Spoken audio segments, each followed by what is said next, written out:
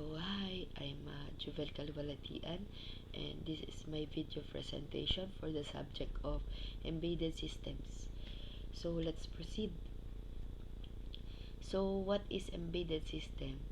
So embedded system are a combination of hardware, software, and mechanical components designed to perform specific tasks.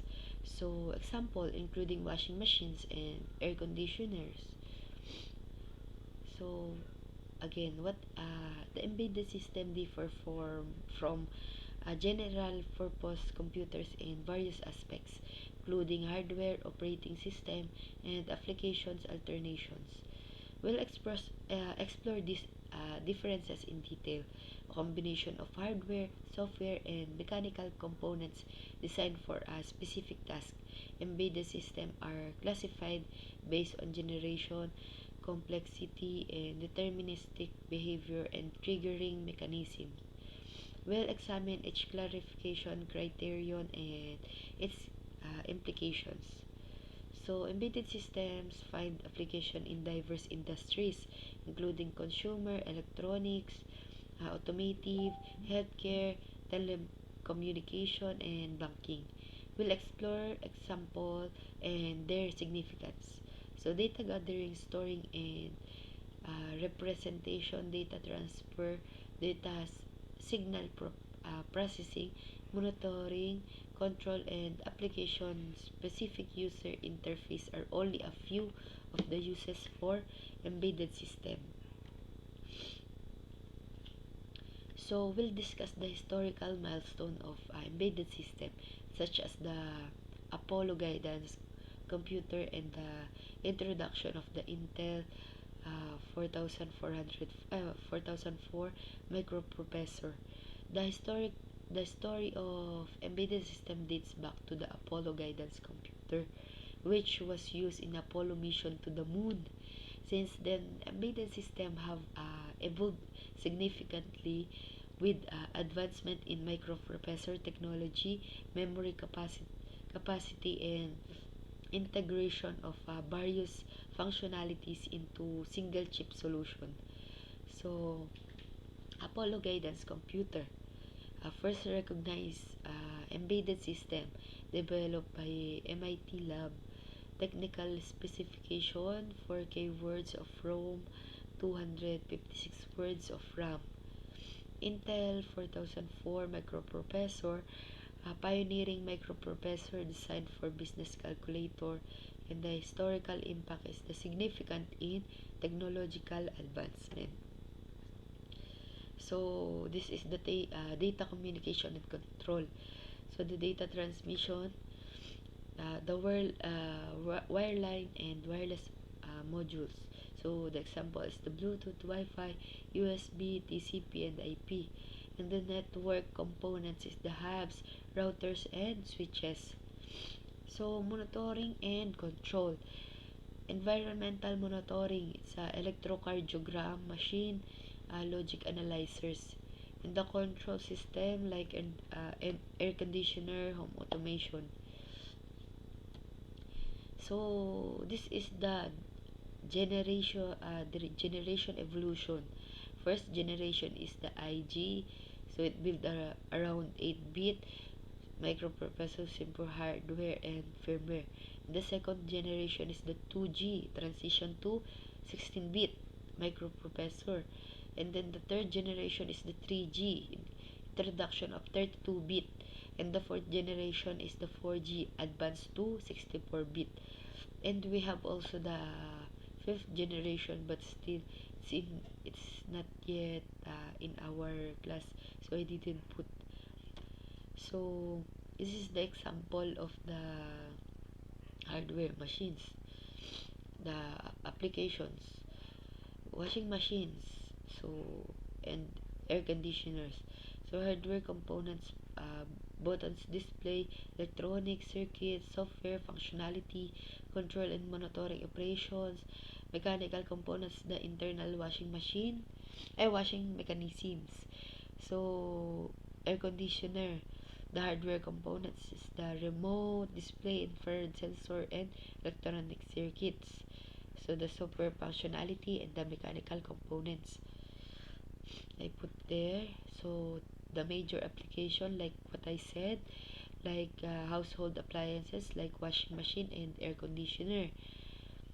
So also we have automotive industry and medical devices. So for example, consumer electronics. The example of that is the camera, camcorders, and smart TVs. And then the automotive industry is the applications such as engine control system and anti-lock braking system. So the healthcare EEG and ECG machine for medical monitoring, like for the heart, we have to check our heart. We'll use the ECG machines. So for that is for the healthcare. And the banking and retail, automatic teller machine like ATMs, the one that we use to get some money, and point of scale POS systems. So hardware components is microprocessors and the microcontrollers.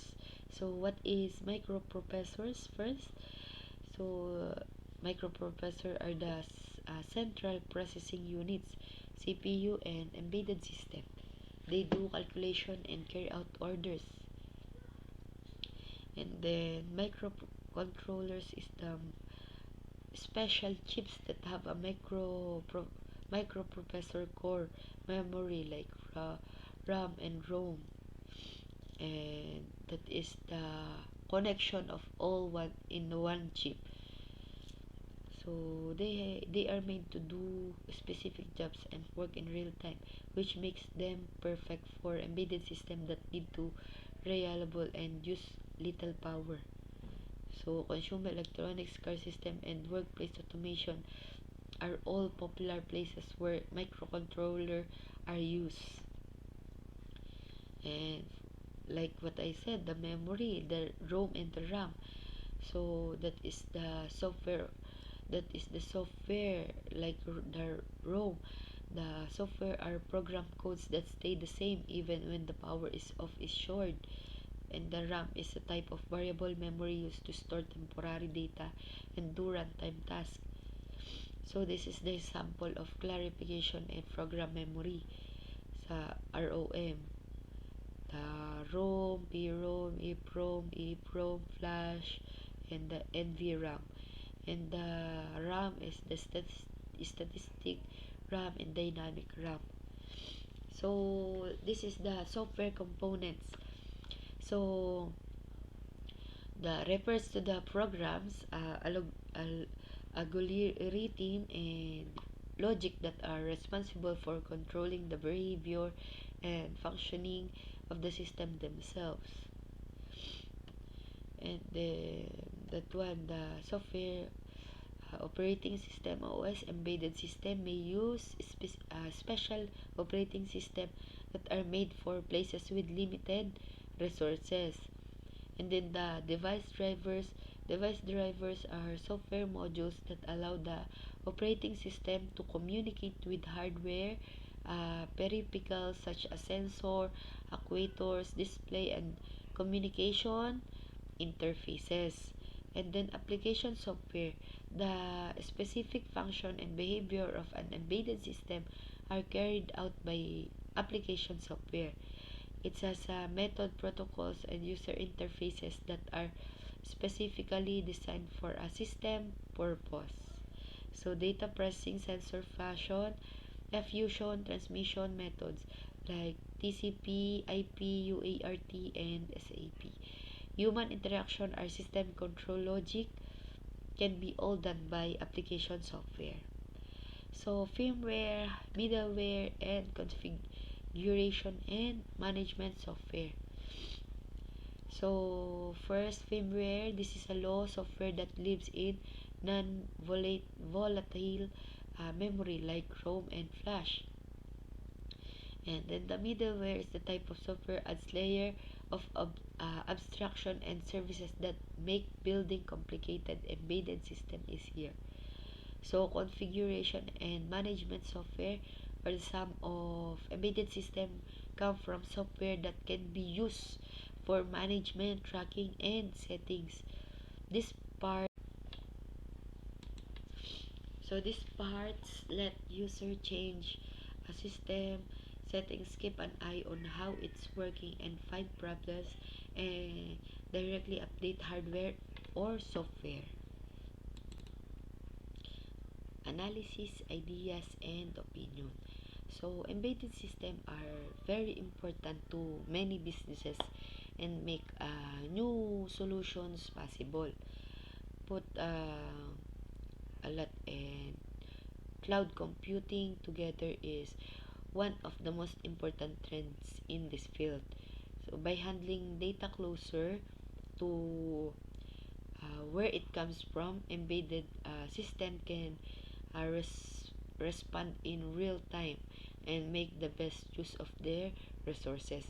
So this connection makes it easy for devices that are uh, linked to talk each other.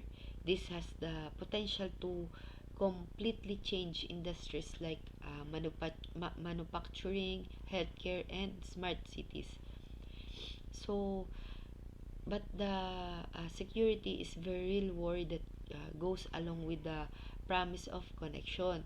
Threats like malware, illegal access, and data breaches are getting worse for embedded system, which often deals with the private data.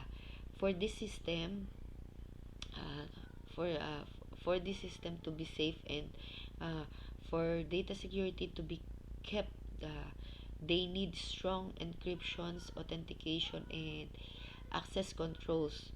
So bring up recent security branches makes it even more important to take strategic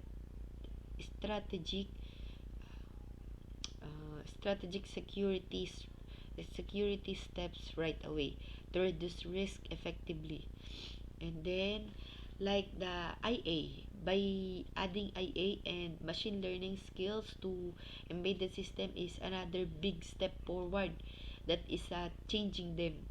So embedded system can make choices on their own, adapt to uh, changing surroundings, and improve user experiences by using data analytics and predictive AI powered embedded systems have a huge effect on efficiency, cost savings, and user happiness, as shown by application ranging from smart monitoring or to predictive maintenance. So also environment and energy economic are very important things to think about when designing an embedded system. So as environmental awareness grows, it is important to find the best way to use power by using uh, low power computers. So energy efficient methods and renewable energy resources by highlighting great energy efficient embedded system. We can see how they help the environment and how it is important it is to put sustainability first when developing new technologies. So lastly, the open source movement has changed the way embedded systems are made by encouraging people to work together, come up with new ideas, and share what they know. Open source hardware and software system make resources, tools, and community support easier for everyone to get. This speeds up creativity and makes technology more accessible to anyone, to everyone. So the presentation shows how collaborative development can change the field of embedded system by showing off successfully open source project and efforts. So the all of my presentation is gives a full picture of the main changes and problems that will affect the future of embedded system by putting these topics together in a way that makes sense and using relevant facts, example, and issue. So thank you so much for listening my presentation, and I'm done. Thank you.